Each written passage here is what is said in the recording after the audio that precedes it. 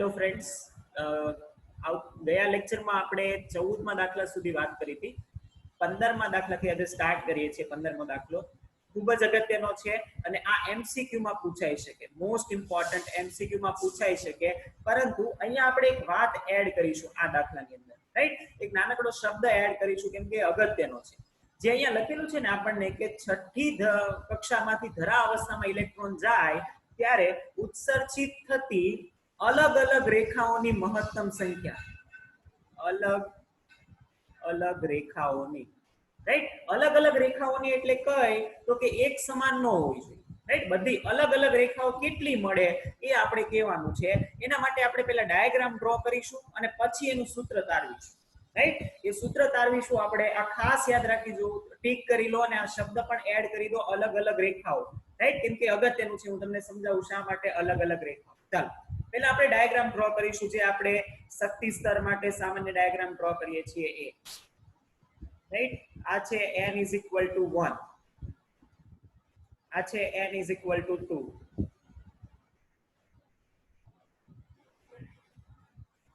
આ છે n = 3, આ છે n = 4 અને 5. જેમ ઉપર જઈએ એમ કક્ષાઓ નાની થતી જાય. આ તે n = 4 અને 5,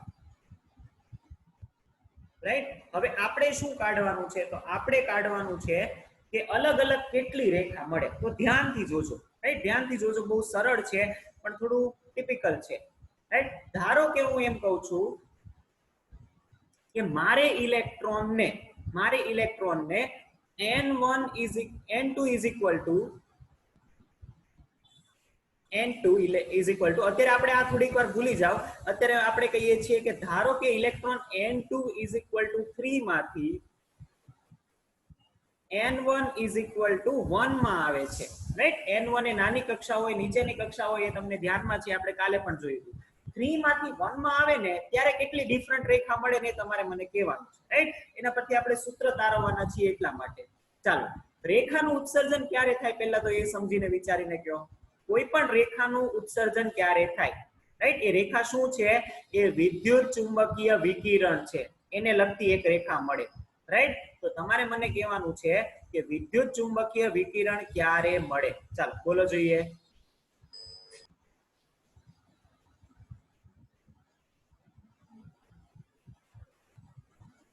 બોલો ફટાફટ.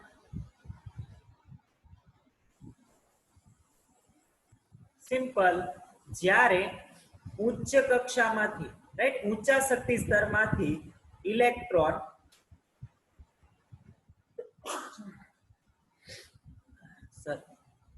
ઊંચા શક્તિ સ્તરમાંથી નીચા શક્તિ સ્તરમાં પ્રવેશે ત્યારે વિદ્યુત ચુંબકીય વિકિરણ સ્વરૂપે ઇલેક્ટ્રોનનું ઉત્સર્જન કરે. એના માટેની પોસિબિલિટી કેટલી છે ને એ આપણે વિચારવાના છીએ. ચાલો, તો હું કહું છું કે ત્રીજા શક્તિ સ્તરમાંથી એને જો પહેલામાં આવતું હોય ને તો ડાયરેક્ટ એ આવશે કે આ ત્રીજું શક્તિ સ્તર, એમાંથી ડાયરેક્ટ જ આવી જશે કે એમાં પહેલા શક્તિ સ્તર, રાઈટ? બીજી કોઈ પોસિબિલિટી છે? બીજી કોઈ રીતે આવી શકે? હા, આવી શકે. કઈ રીતે? તો એ આવશે પહેલા ત્રીજા શક્તિ સ્તરમાંથી આવશે બીજા શક્તિ સ્તરમાં, અને બીજા શક્તિ સ્તરમાંથી એ પાછો ત્યાંથી કન્ટિન્યુ શરૂ કરીને આવશે પહેલા શક્તિ સ્તરમાં, રાઈટ? જુઓ, આપણને એટલી ખબર છે કે જે ટ્રાન્ઝિશન થાય ને એ ટ્રાન્ઝિશનમાં એક એક તરંગ લંબાઈ મળે. ઇલેક્ટ્રોન અહીંયાથી જમ્પ કરીને અહીંયા આવે ને ત્યારે પણ એક તરંગ લંબાઈ મળે. ઇલેક્ટ્રોન અહીંયાથી અહીંયા ખાલી આ નાનકડો જમ્પ કરે ત્યારે પણ એક તરંગ લંબાઈ મળે, ને પાછો આ એક જમ્પ કરે ત્યારે પણ એક તરંગ લંબાઈ મળે. એનો મતલબ કે કેટલી રેખાઓ મળવી જોઈએ? કેટલી તરંગ લંબાઈ મળી? તો કે એક આ અને એક આ. એનો મતલબ જ્યારે n = 3 માંથી n = 1 માં પ્રવેશે તો કેટલી મળવી જોઈએ? 3 અલગ અલગ રેખા મળે.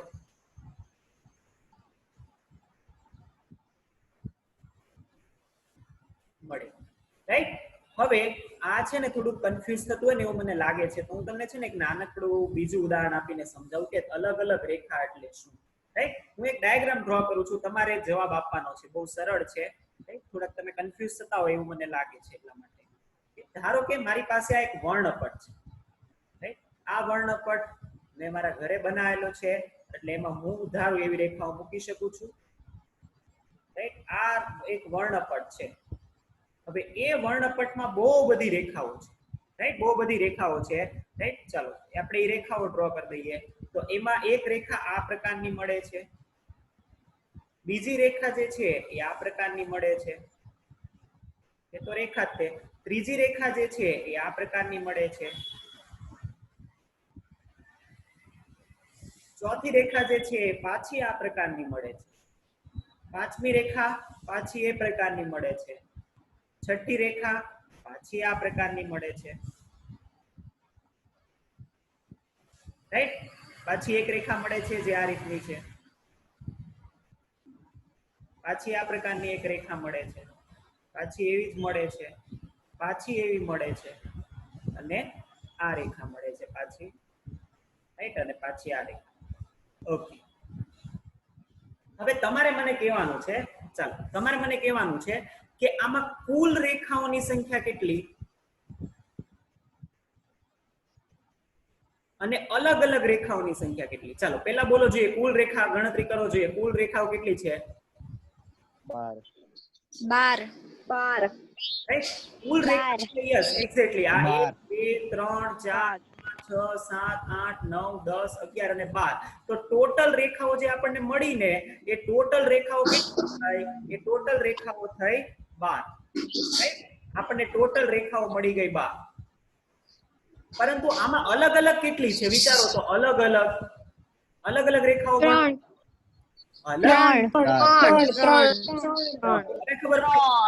અલગ અલગ રેખા તો 3 જ છે, બાકીની તો રિપીટ થાય છે, રાઈટ.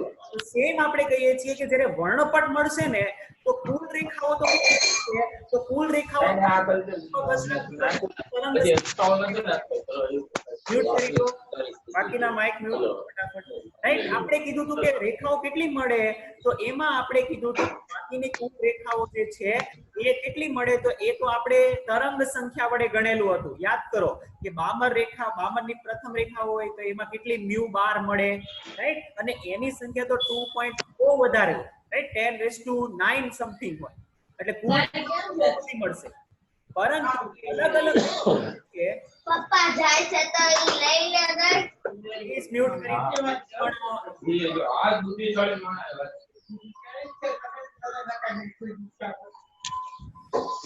ગાયત્રી પાટીલ, ગાયત્રી પાટીલ મ્યુટ કરી દો માઇક.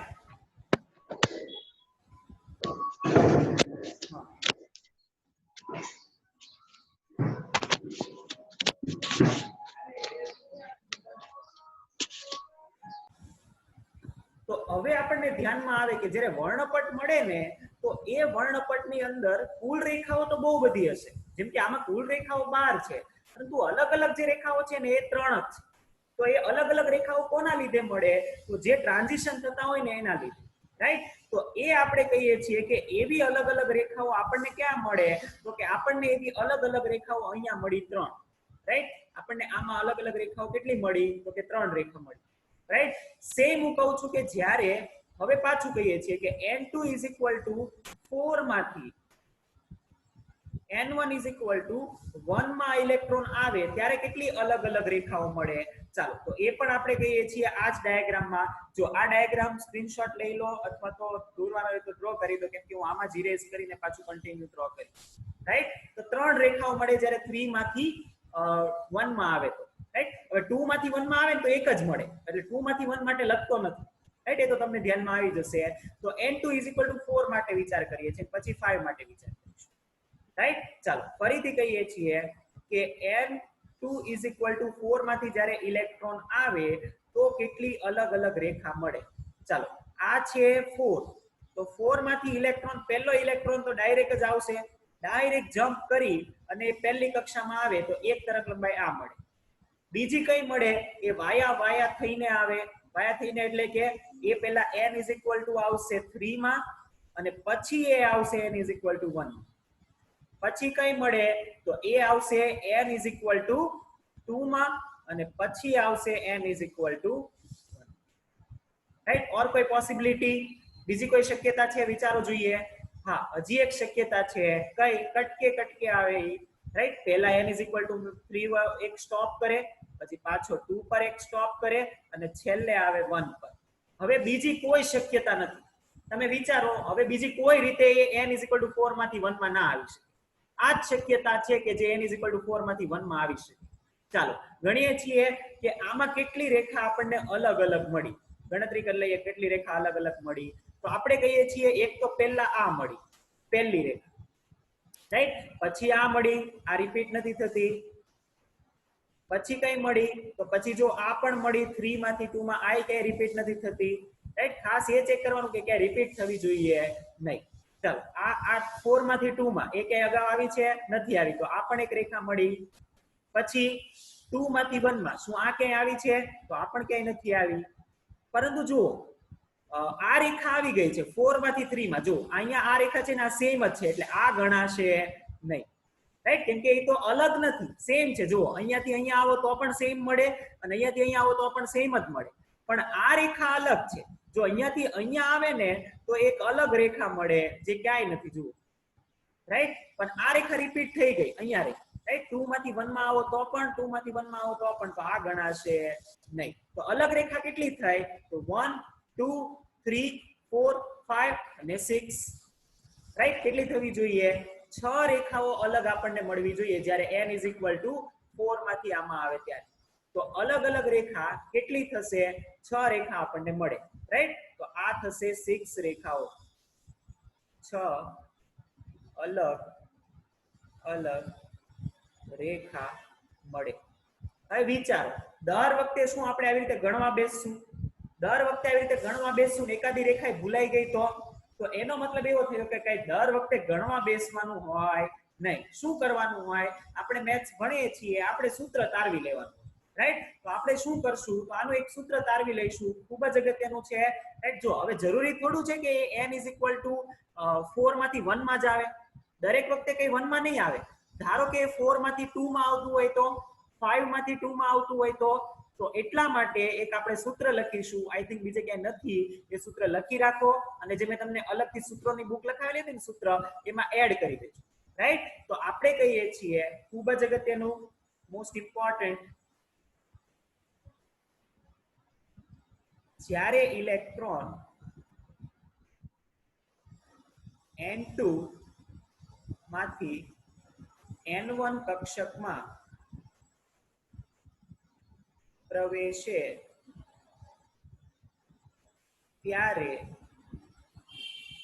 મળતી જુદી જુદી રેખાઓની, જુદી જુદી અથવા તો અલગ અલગ, રાઈટ, બંને એક જ છે, રેખાઓની સંખ્યા ઇઝ ઇક્વલ ટુ કેટલી થશે તો એ થવી જોઈએ n2 minus n1 into n2 minus n1 plus 1 divided by 2 right. ચાલો ચેક કરીએ કે શું આપણે સૂત્ર બનાવ્યું, આપણે સૂત્ર ક્યાંકથી લાવ્યા, શું એ સૂત્ર સાચું છે કે આપણે આડેધડ મૂક્યું. ચાલો 3 માંથી 1 માટે ચેક કરીએ છીએ. તો અહીંયા મૂકો 3, n2 બરાબર 3, n1 બરાબર 1. તો n2 minus n1 કેટલા થશે? 2. તો આ થયું n2 minus n1 2 into 2 plus 1 3. 3 દુ ને 6 ડિવાઇડેડ બાય 2 એટલે કેટલા મળે? 3. મળી ગઈ 3 અલગ રેખા. ચાલો 4 માંથી 1 માટે મૂકો તો 4 minus 1 એટલે 4 minus 1 થશે 3. તો 3 into 4 4 તેરી 12 ડિવાઇડેડ બાય 2 એટલે મળી ગઈ 6 રેખા, રાઈટ. તો હવે એનો ઉપયોગ કરીને તમે મેળવશો n 6 માંથી ધરા અવસ્થા એટલે કઈ થાય?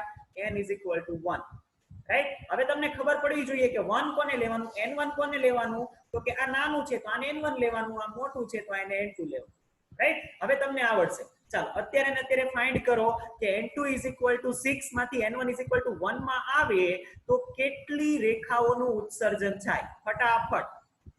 n2 6 માંથી n1 1 માં આવે તો કેટલી રેખાઓનું ઉત્સર્જન થાય? ફટાફટ ફાઇન્ડ કરો. પછી નેક્સ્ટ ક્વેશ્ચન જોઈએ છીએ. 15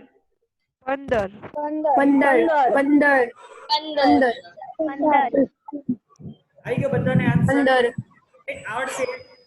ઓકે, હવે કોઈ પણ આપેલી હોય કોઈ પણ નું કાઢી શકશો. એટલે આ સૂત્ર છે ને ખાસ લખી રાખો.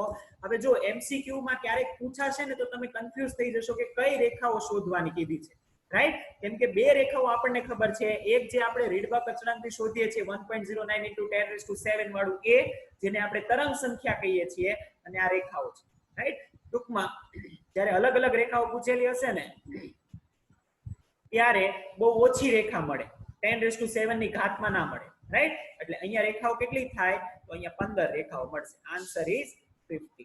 હાર્ડ છે, રાઈટ? આઈ હોપ બધાને ધ્યાનમાં આવશે, સમજાઈ જશે, ઈઝી છે. કે આગળ વધીએ કે આ ડાયાગ્રામ ડ્રો કરી રાખો, મોકલી દઈશ તમને, રાઈટ? આ પ્રમાણે કરવાનું છે. ચાલો આગળનો દાખલો કહીએ છીએ. આ સમજવા માટે છે, રાઈટ? આ આવું ક્યાંય ડ્રો ના કરતા, સમજવા માટે છે. ચાલો આપણે કહીએ છીએ, તમારે જાતે કરવાનો હતો. આ કરી દીધો ક્વેશ્ચન. હાઇડ્રોજન પરમાણુની પ્રથમ કક્ષા સાથે સંકળાયેલ ઉર્જા આ છે. આપણને એની કે લેવા દેવા નથી. આપણે કહેવાનું છે કે પાંચમી કક્ષા સાથે ઉર્જા સંકળાયેલી કક્ષાનું કેટલી હોય. ચાલો તો સૂત્ર પૂછી રાખો. હું અહીંયાથી જેને પૂછું એને જવાબ આપવાનો છે, અને એમણે મને કહેવાનું છે કે ઉર્જાનું સૂત્ર શું હોય બોહરના પરમાણુય નમૂના. પાનસેરિયા સરની તે કેલ્ક્યુલેટર લઈ લીધું? હા. ઓકે, હમણાં હું ગણતરી કરવાનું કહીશ. Okay, Bhavesh Chaudhari, right? ભાવેશ ચૌધરી બોહરીય કક્ષામાં રહેલી કક્ષકની ઇલેક્ટ્રોન કક્ષાની ઉર્જા શોધો. એનું સૂત્ર શું થાય? બોહરીય કક્ષાની ઉર્જાનું સૂત્ર. Bhavesh Chaudhary, please unmute.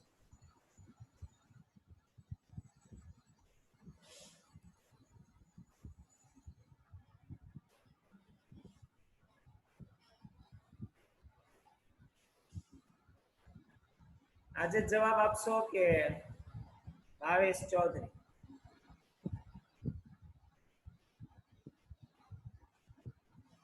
મને ખબર છે તમે સાંભળો છો, પણ તમને આવડતું નથી ને એટલે તમે જવાબ નથી આવતા. તો એટલીસ્ટ એમ તો કહી શકો કે સર મને નથી આવડતું અથવા તો નથી સમજાતું, નથી ખબર, રાઈટ? હવે તમે નહીં બોલો એનો મતલબ તમે સાંભળો તો છો પણ જવાબ નથી આપતા. હું કઈ અહીંયાથી ગોળી નહીં મારું કે તમને ત્યાં લાગી જશે તમારા ઘરે, હે ને? એટલે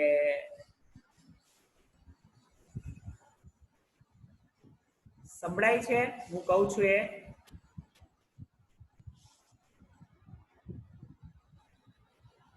યસ ઓર નો તો બોલ, જવાબ ના આપતો.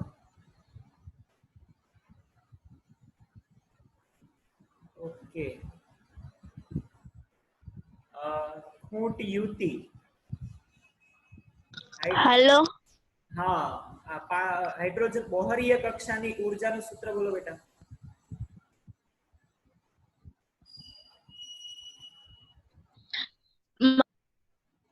-2.18 up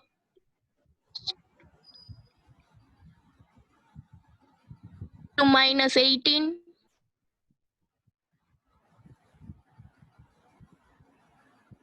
on n².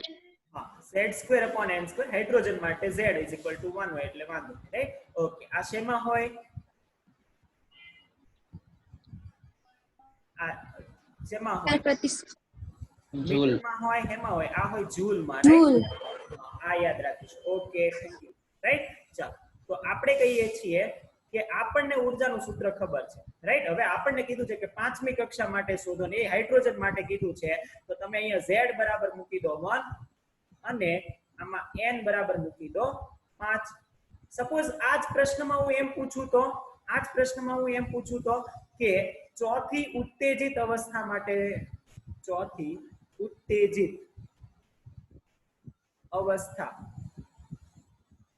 માટે ઉર્જા શોધો, રાઈટ? તો શું આવશે? ચાલો બોલો જોઈએ. ચોથી ઉત્તેજિત n = 4. n = 5. n = 4. ઓકે, 4 આવશે કે 5 આવશે? થોડુંક વિચારીને મને કહો. 5. 5. યસ. બીજા કોઈ? 5. 5. હવે કોઈ કહી શકે શા માટે 5?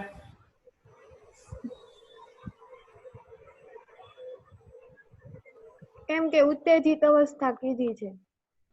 હા, ઉત્તેજિત અવસ્થા પૂછેલી છે તો એનો મતલબ એવો થાય કે જે કક્ષા માટે આપણે વાત કરીએ છીએ એનીથી એક ઉપરની કક્ષા હોય, રાઈટ? એટલે જે કક્ષક આપણે કહીએ છીએ એ છે ચોથી, એનાથી એક ઉપરની કક્ષા એટલે 5. એટલે ચોથી ઉત્તેજિત અવસ્થા કહે ને તમને તો પણ તમારે શું લખવાનું? તો પણ n = 5 માટે જ કરવાનું, રાઈટ? કરી લેશો જાતે, આવું કરવાનું નથી, રાઈટ? તમારે જાતે સૂત્રમાં કિંમત મૂકીને કરવાનું. ચાલો, હજી આપણે સૂત્ર પૂછીશું અને એ એટલે બોહરની ત્રિજ્યા, બોહરીય કક્ષાની ત્રિજ્યા માટેનું સૂત્ર. કોને પૂછીશું? યસ, હેવિન નાકરાણી.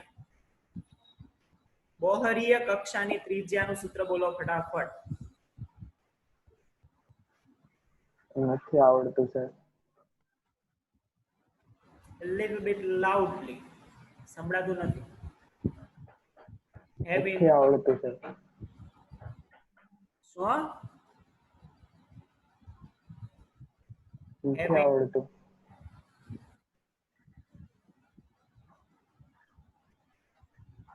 હેલો. હા,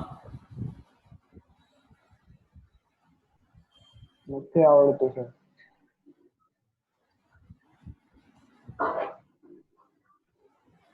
હેલો, નથી આવડતું સર.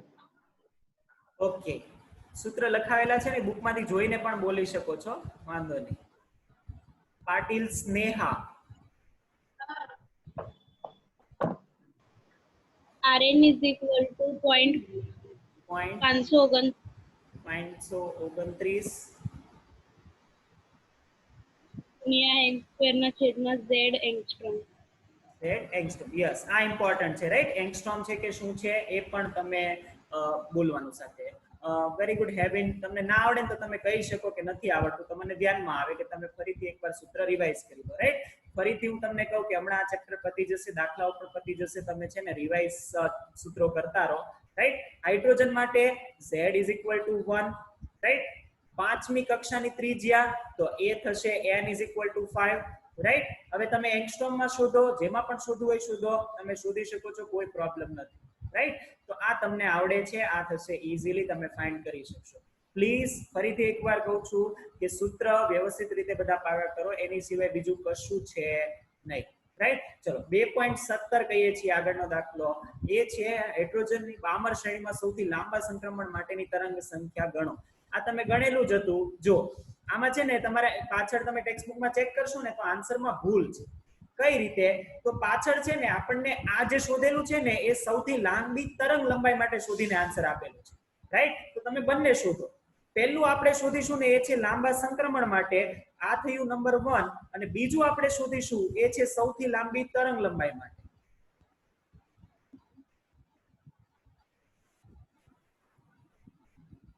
ચાલો, હું કહું છું કે બામર શ્રેણી. બામર શ્રેણી કઈ રીતે હોય તમને બધાને ખબર છે, હવે તો તમને બધું યાદ રહી જ જવું જોઈએ.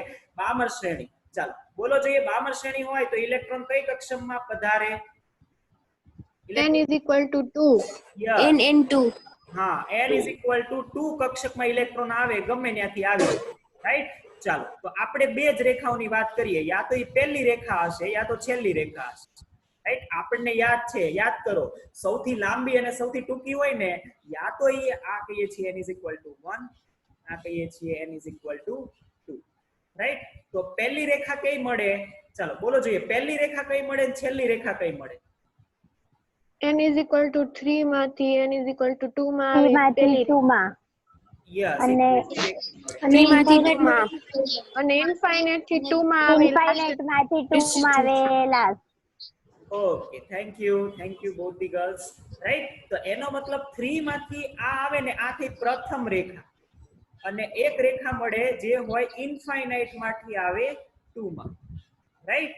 ચાલો, હવે તમે વિચારો કે લાંબુ સંક્રમણ કોને કહેવાય? તમે વિચારો આ બેમાંથી લાંબુ સંક્રમણ કયું છે? ફટાફટ. સંક્રમણ એટલે ટ્રાન્ઝિશન, એક જગ્યાએથી બીજી જગ્યાએ જવું, એને કહેવાય સંક્રમણ. ઇન્ફાઇનાઇટ માંથી 2 માં આવે. Infinite માં આવે રાઈટ? આ લાંબુ સંક્રમણ છે. તો આના માટે આપણે તરંગ સંખ્યા શોધવું છે. તરંગ સંખ્યા એટલે શું થાય? તો તરંગ સંખ્યા એટલે થાય μ બાર, એટલે કે 1/λ, રાઈટ આપણે 1/λ શોધવાનું છે ફાઇન ચાલો તો આપણે શોધી દઈએ આપણને કોઈ વાંધો નથી તો આપણે કહીશું આના માટે પહેલા આપણે શોધીશું ઊર્જા રાઈટ કેમ કે આ જ્યારે સંક્રમણ થાય ને ત્યારે ઊર્જા જે છે એ hc/λ સ્વરૂપે મુક્ત થાય રાઈટ hc/λ સ્વરૂપે એનર્જી મુક્ત થાય અને એ એનર્જી નું સૂત્ર તમને આવડે છે રાઈટ એનર્જી નું સૂત્ર શું હોય તો એનર્જી નું સૂત્ર હોય ચાલો બોલો એ હોય બોલો જોઈએ એનર્જી નું સૂત્ર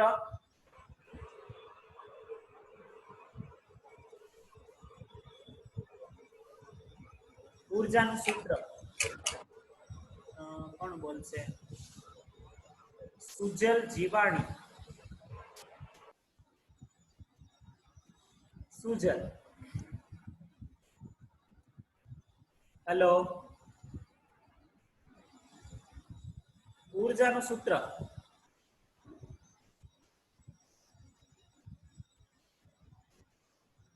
સુજલ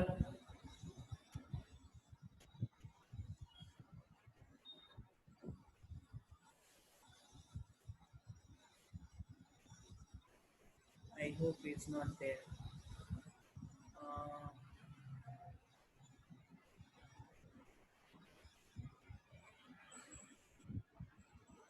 છે કેટલા બધા છો હા પાટીલ કૃષ્ણા એનર્જી નું સૂત્ર જ્યારે ઇન્ફાઇનાઇટ માંથી 2 માં આવે ત્યારે એનર્જી નું સૂત્ર ફટાફટ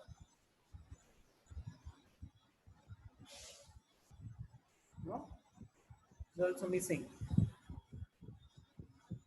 હવે જે અહીંયાથી હું બોલીશ ને જવાબ નહીં આપે ને બધાની એબ્સેન્ટ મુકાશે આવતીકાલથી રાઈટ તમે અહીંયાનો મતલબ તમે એમ શરૂ કરીને બેસી ગયા છો પણ તમે છો નહીં ત્યાં એટલે હું અહીંયાથી આ પૂછું અને જવાબ નહીં આવે લાઈક ચૌધરી ભાવેશ પાટીલ કૃષ્ણા તો હું તમારી એબ્સેન્ટ મૂકી દઈશ જો તમે સાંભળતા હોય તો જવાબ આપી શકો છો નહીતર મને ખબર પડે કે તમે શું કરી શકો છો રાઈટ તો હવે તમારી એબ્સેન્ટ મુકાશે તો બી અવેર ઓકે ચાલો હું જ કહી દઉં છું we are running out of time કે આપણે કહેતા હતા સૂત્ર એ હતું 2.18 into 10 raised to minus 18 into 1/n1 square minus 1/n2 square જ્યાં તમને ખબર છે કે n2 is greater than n1 right આપણે મૂકી દઈએ e કેટલું છે તો આપણે કહીએ છીએ સૌથી લાંબા સંક્રમણ માટે ઇન્ફાઇનાઇટ માંથી 2 માં આવતું હોય તો આપણે કહીએ છીએ hc/λ એમાં આપણે ખાલી 1/λ શોધીને આપવાનું છે તો આપણે કહીએ છીએ આ રહ્યું 2.18 into 10 raised to minus 18 ચાલો 1/n1 square n1 શું થવું જોઈએ નાની કક્ષક નાની એટલે કઈ 2 તો આ થશે 2 નો સ્ક્વેર minus 1/∞ નો સ્ક્વેર તો આ થઈ ગયું આપણી પાસે 1/λ 1/λ ને આપણે મૂકી દઈએ μ બાર તો એ થઈ જશે μ બાર is equal to 2.18 ના છેદમાં hc 2.18 into 10 raised to minus 18 divided by hc h એટલે થશે 6.626 into 10 raised to minus 34 into 3 into 10 raised to 8 right divided by 4 તો આ કરશો તો તમને મળી જશે શું મળી જશે μ બાર રાઈટ તરંગ સંખ્યા હવે જો તમે ટેબલ બનાવેલું હશે બધાએ ઓલમોસ્ટ ટેબલ બનાવ્યું હતું મને મોકલ્યું હતું પણ ખરા રાઈટ તમે ટેબલ બનાવ્યું હતું ને હવે એ ટેબલ કાઢો રાઈટ તમે આખું ટેબલ બનાવ્યું છે ને કે લાઇમન માટે બામર માટે પાસ્ચન માટે બ્રેકેટ માટે અને મેં તમને બે વસ્તુ આમાં લખવાની કીધી હતી કે લેમ્બડા લખવાનું અને મ્યુ લખવાનું રાઈટ ચાલો તો હવે તમે ટેબલ કાઢો ટેબલ જોઈને મને જવાબ આપો કે સૌથી લાંબી તરંગ લંબાઈ ક્યાં મળે છે ચેક કરો તો ફટાફટ રાઈટ ફટાફટ ટેબલ કાઢો અને તરંગ લંબાઈ શોધો કે સૌથી લાંબી તરંગ લંબાઈ કોના માટે મળે આના માટે મળે કે આના માટે મળે ફટાફટ રાઈટ તમારી પાસે તમારે બુકમાં તમે ટેબલ બનાવેલું હશે રાઈટ લાઇમન બામર પાસ્ચન બ્રેકેટ નું તો એ આખી ને આખું જે ટેબલ છે એમાં કાઢો જોઈએ ફાસ્ટ અને એમાં ચેક કરો કે મોટી તરંગ લંબાઈ ક્યાં મળે છે પહેલા મળે છે કે છેલ્લે મળે છે પહેલા મળે પ્રથમ શ્રેણી માટે પ્રથમ ટ્રાન્ઝિશન એટલે પ્રથમ રેખામાં મળે છે પહેલી રેખામાં મળે છે એટલે સૌથી લાંબી જે તરંગ લંબાઈ છે એ અહીંયા મળે રાઈટ એટલે પહેલું લાંબુ સંક્રમણ આ થાય પણ લાંબી તરંગ લંબાઈ કઈ મળે આ મળે રાઈટ જો લાંબી તરંગ લંબાઈ આ મળતી હોય તો આના માટે હવે તમારે શોધવાની છે તરંગ સંખ્યા જે તમે જાતે શોધશો રાઈટ આ જ રીતે કરવાનું પણ ત્યાં શું મૂકવાનું ત્યાં n1 બરાબર મૂકવાનું 2 અને n2 બરાબર મૂકવાનું 3 રાઈટ. સૌથી લાંબી માટે સૌથી બીજું તમારે જે આ કરવાનું છે આ પહેલાનો આન્સર, રાઈટ, પહેલાનો. ને અહીંયા હવે તમે બીજું ગણશો. બંને આન્સર તમારે કાઢવાના છે કેમ કે આઈ થિંક તમારા ટેક્સ્ટ બુકમાં જે આન્સર આપેલો છે ને આના માટેનો આન્સર છે, રાઈટ, આના માટેનો નથી. ધ્યાનમાં આવશે. હવે મેં આપણે શું કહીએ છીએ, તરંગ લંબાઈ, મોટી તરંગ લંબાઈ કઈ મળે, નાની કઈ મળે, શા માટે મળે, રાઈટ. મેં તમને પહેલા ટેબલ સમજાવી દીધું આખે નાખી કે સંક્રમણ કઈ રીતે થાય, શું તરંગ લંબાઈ મળે, શા માટે મળે. ધ્યાનમાં આવશે, રાઈટ. તો આઈ હોપ આ સમજાઈ જશે. આપણે આગળ વધીએ. ચાલો, કેમ આપણે કહીએ છીએ કે હાઇડ્રોજન પરમાણુમાં બોમ્બરીય કક્ષામાં 5મા ઇલેક્ટ્રોનને 5મી કક્ષામાં મોકલવા માટે કેટલી જૂલ ઉર્જા જોઈએ? તો જેટલી ઉર્જા મુક્ત કરે એટલી ઉર્જા આપવી પડે. તો આપણે કહીએ છીએ તો પહેલી કક્ષામાંથી ઇલેક્ટ્રોન 1 માંથી 5 માં મોકલવું હોય, રાઈટ, તો શું કરવું પડે? તો આપણે ઉર્જા આપવી પડે. તો ઉર્જા કયા સ્વરૂપે આપીશું? તો ઉર્જા આપવાની સ્વરૂપે હોય. સરી, હા, રાઈટ. તો h મ્યુ સ્વરૂપે આપણે ઉર્જા આપવી પડે. તો 5 માંથી 1 માં ઇલેક્ટ્રોન આવે છે, આપણે ઉર્જા એ આપીએ છીએ h મ્યુ સ્વરૂપે આપીએ તો એ ઉર્જા પણ એટલી જ થાય. કેટલી થાય? સર, હાજી સર આ મ્યુટ કરવાનું કયો ને. મ્યુટ કરી દો જેનું પણ માઇક શરૂ છે,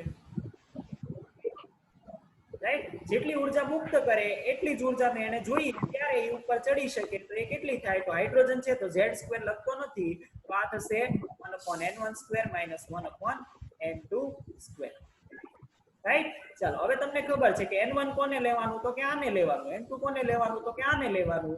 તો આપણને ઉર્જા મળી જાય. તો કેટલી ઉર્જાની જરૂર પડશે? તો ઉર્જા અહીંયાથી મળશે E = જો પછી તમને પૂછ્યું છે પ્રકાશની તરંગ લંબાઈ, કે કયા તરંગ લંબાઈનું પ્રકાશ આપાત કરીએ તો આટલી મળે? તો આપણને થાય 2.18 × 10⁻⁻18 × 1/1² - 1/5². તો આ થશે 2.18 × 10⁻⁻18 × 24/25, રાઈટ. આટલી ઉર્જા જોઈએ. હવે આપણને તો આ ઉર્જા મળી ગઈ, જે મળશે જૂલમાં. તો આપણે શેમાં શોધવાની? બીજું આપણને કીધું છે તરંગ લંબાઈ, રાઈટ. એની તરંગ લંબાઈ શોધો. કઈ નહીં, તો આના બરાબર આપણે મૂકી દઈએ hc/λ. તો આ તમને જે પણ જવાબ મળે ને એના બરાબર મૂકી દેવાનું hc/λ, અને એને બરાબર આ જે ઉર્જા મળી હોય એ મૂકશો એટલે તમને જે લેમ્ડા છે એ મળી જશે, કેમ કે h અને c પણ તમને ખબર. ચાલો બોલો જોઈએ. ઇલેક્ટ્રોનને દૂર કરવો એટલે શું કરવું? આયનીકરણ કરવું. આયનીકરણ. ક્યાં મોકલવાનો? ઇન્ફાઇનાઇટ. યસ. તો એનો મતલબ આપણને જે આપેલો છે ત્યાંથી આપણે ઇલેક્ટ્રોન ક્યાંથી? તો કે 2 માં થયો છે, રાઈટ. તો કદાચ મીટિંગ એન્ડ ફરીથી જોઈન કરી લઈશું. આપણે આ 20 દાખલા પૂરા કરવાના છે, રાઈટ. તો આપણે આપેલું છે કે n = 2 માંથી, તો આપણે કહેતા હતા કે આયનીકરણ કરવું એટલે કે એ ઇલેક્ટ્રોન જ્યાં પણ હોય ત્યાંથી એને કાઢી અને n = ઇન્ફાઇનાઇટ માં એને પહોંચાડવાનો, એને કહેવાય આયનીકરણ. એના માટે કેટલી ઉર્જા જોઈએ? તો આપણને તો ઉર્જાનું એક જ સૂત્ર ખબર છે કે En = 2.18 × 10⁻⁻18 × z². પણ હાઇડ્રોજન છે એટલે z લખતો નથી, તો થશે 1/n1² - 1/n2². આ તમને ખબર છે n1 કોને લેવાનું? તો કે n1 લેવાનું 2 ને, રાઈટ. કેમ? કેમ કે હવે તો યાદ રહી જ જવું પડે કે નાનું હોય એને n1 લેવાનું, મોટું હોય એને n2 લેવાનું. તો તમને મળી જશે શું? તો કે આની ઉર્જા મળી જશે, રાઈટ. ઉર્જા મળી જાય, હજી તરંગ લંબાઈ મળી જાય, રાઈટ. આમાં ખાલી તમારે n1 = 2 મૂકશો અને n2 = ઇન્ફાઇનાઇટ મૂકશો એટલે ઉર્જા મળશે. અને જો ઉર્જા મળી જાય તો તમે શું કરી શકશો? ઉર્જા મળી જાય તો hc/λ મૂકો તો તમને લેમ્ડા પણ મળી જશે આના પર, રાઈટ. આનું આ અહીંયા મૂકી ધ્યાનમાં આવશે, રાઈટ. બહુ ઈઝી છે કે 1-2 સૂત્ર યાદ રાખો, આરામથી થઈ જશે. ઓકે, કરીએ નેક્સ્ટ, રાઈટ. તો આ પણ ઈઝી છે, તમે જાતે કરી લેશો અને જાતે જ કરવાના છો.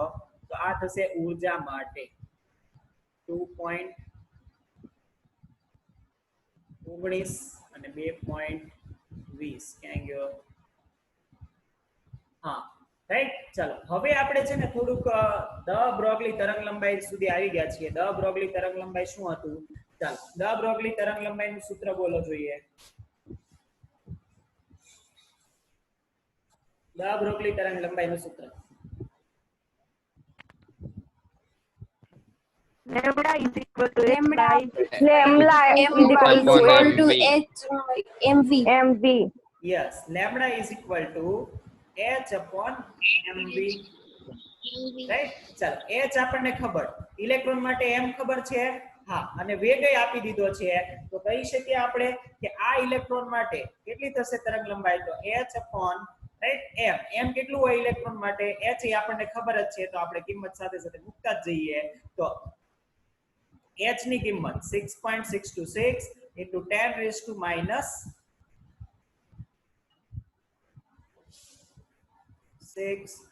34 into 10 raised to minus 34. Right. m electron માટે દળ બોલો જોઈએ હવે. રાઈટ, દળ જો અહીંયા જે દળ હતું ને કિલોગ્રામ માં જ લેવાનું. રાઈટ, એટલે આને ક્યાંય ફેરવવાની જરૂર છે નહીં. બોલો જોઈએ દળ કેટલું થાય? 9.109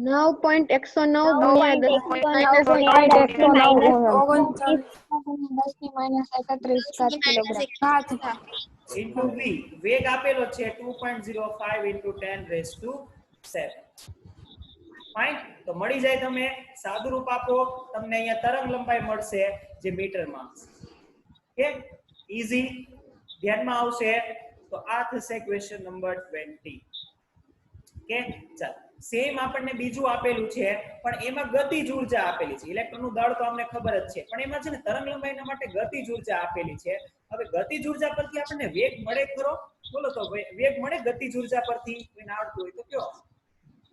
કેમ કે આપણને તરંગ લંબાઈ માટે તો વેગ જોઈએ, અહીંયા વેગ નથી આપેલો, ગતિજ ઊર્જા આપેલી છે. ગતિજ ઊર્જા પરથી વેગ મળી શકે?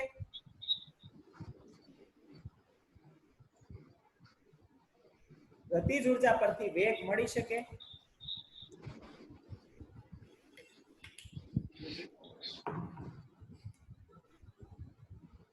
ગતિજ ઊર્જાનું સૂત્ર બોલો.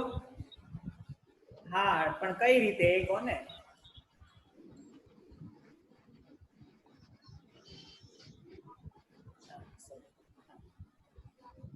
બોલો ગતિજ ઊર્જાનું સૂત્ર. 1/2 mv². હા, તો v તમને મળી જાય, એના પરથી દળ તો આપેલું છે. તો v કેટલું થશે? તો v થશે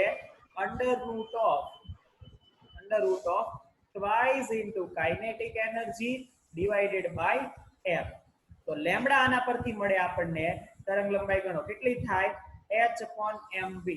રાઈટ. તો h upon mv, v ની જગ્યાએ હું કિંમત મૂકું તો મને મળે h upon m as it is under root of v ની કિંમત થશે twice into kinetic energy divided by m. જો આ m અંડર રૂટ માં છે અને આ m રૂટ ની બહાર છે. રાઈટ. તો મેથ્સ વાળાને તો આ ધ્યાનમાં આવશે કે આ h upon આ રૂટ એકવાર કેન્સલ થાય તો અહીંયા એક રૂટ બચે, તો આ બચે અંદર twice of kinetic energy into m. Right. તો આ સૂત્ર થાય.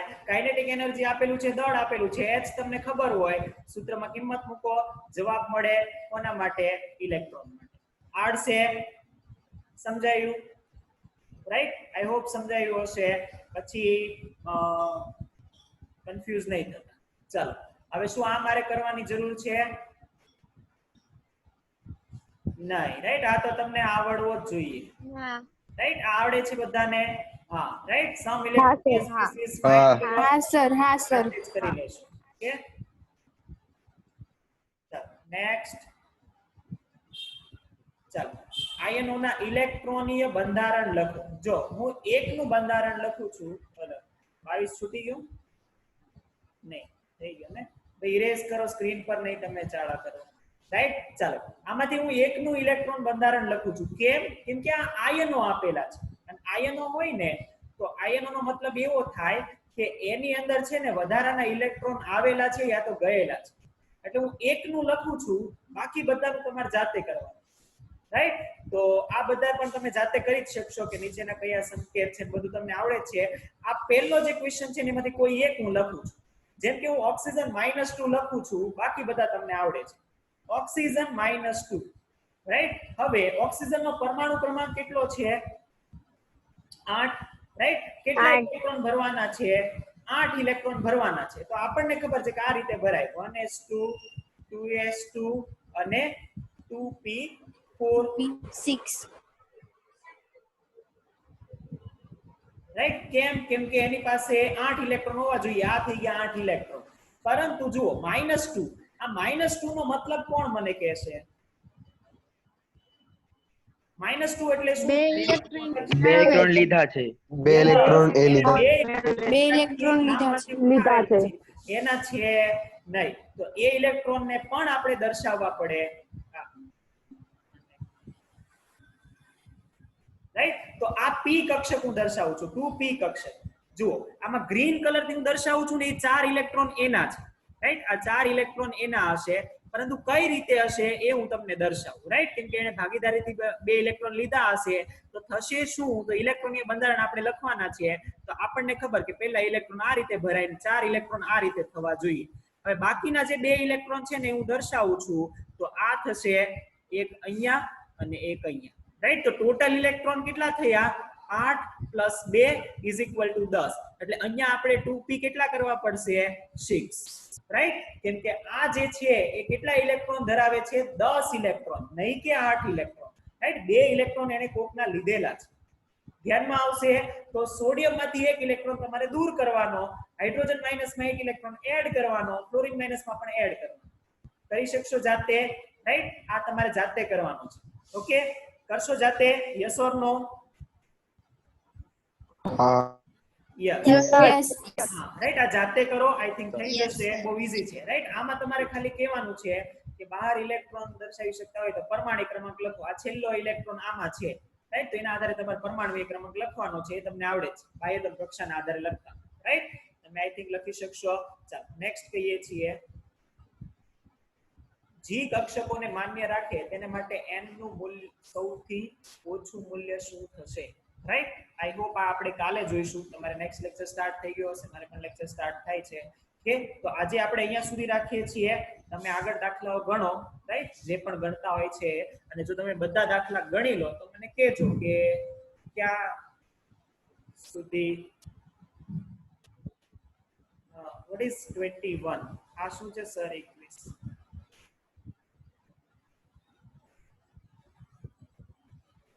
ઓકે. હા, આ શું 21 મો દાખલો શું કરું?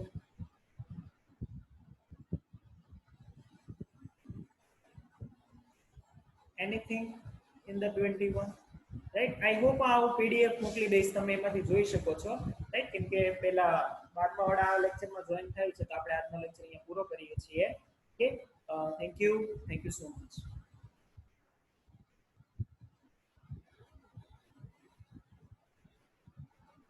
ઓકે, આપણે શું કર્યું 21માં? તો આપણને ગતિજ ઉર્જા આપેલી હતી. તો ગતિજ ઉર્જા માટે મેં શું કર્યું? તો કે મેં ગતિજ ઉર્જાનું સૂત્ર મૂક્યું. હવે મારે જો તરંગ લંબાઈ મેળવવી હોય ને તો તરંગ લંબાઈ માટે મારે કમ્પલસરી મારે વેગ જોઈએ. કેમ કે h અને m તો મને ખબર છે, રાઈટ. h અને m આપણે મેળવી શકીએ, પણ વેગ મને જોઈએ. તો એ વેગ ક્યાંથી મેળવીશ? તો મેં કાઇનેટિક એનર્જી પરથી વેગ મેળવ્યું. કઈ રીતે? તો કાઇનેટિક એનર્જી નું સૂત્ર હતું, એમાં મેં વેગને કરતા બનાવી દીધો, અને એમાં જે વેગ હતો એ વેગનું સૂત્ર મેં ઉઠાવીને અહીંયા મૂકી દીધું, રાઈટ. અને એના આધારે જે આ m હોય ને, આ m ને આ રીતે લખાય √m × √m, રાઈટ. m એટલે √m નો મતલબ શું થાય? તો m ની હાફ ઘાત થાય, રાઈટ. અને m ની હાફ ઘાત, હવે આધાર સમાન હોય તો ઘાતનો થાય સરવાળો.